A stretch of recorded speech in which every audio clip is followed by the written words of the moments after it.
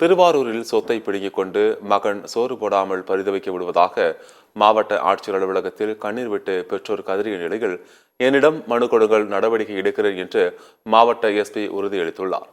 திருவாரூர் மாவட்டம் நன்னிலம் வட்டத்திற்கு உட்பட்ட கொள்ளுமாங்குடி அகரமேடு பகுதியைச் சேர்ந்த தியாகராஜன் என்பவரது மனைவி மல்லிகா திருவாரூர் மாவட்ட ஆட்சியர் அலுவலகத்தில் நடைபெற்ற மக்கள் குறைதீர்ப்பு நாள் கூட்டத்தில் இந்த தம்பதி மாவட்ட ஆட்சியரிடம் கோரிக்கை மனு அளிக்க வந்தனர். அவர்கள் அளித்த மனுவில் தானும் தனது கணவர் தியாகராஜனும் கொள்ளுமாங்குடியில் உள்ள தங்களது சொந்த வீட்டில் வசித்து வந்தோம் என்றும் தங்களுக்கு வீடு சார்ந்த நிலமும் இருந்தது என்றும் தெரிவித்துள்ளனர்.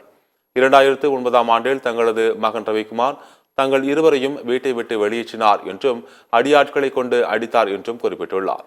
இதில் தனது வலது கை முறிந்து தலையில் பலத்த காயம் ஏற்பட்டது என்றும் தனது கணவர் தியாகராஜனுக்கும் உடல் முழுவதும் சிராய்ப்பு காயங்கள் ஏற்பட்டன என்றும் தெரிவித்துள்ளார்.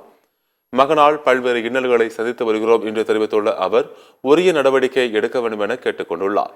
இந்த நிலையில் மாவட்ட ஆட்சியர் அலுவலகத்தில் காத்திருந்த அவர்களை யதார்த்தமாக சந்தித்த மாவட்ட காவல் கண்காணிப்பாளர் தன்னிடம் மனு அளிக்கும்படியும் தான் உரிய நடவடிக்கை எடுப்பதாகவும் கூறி சென்றார்.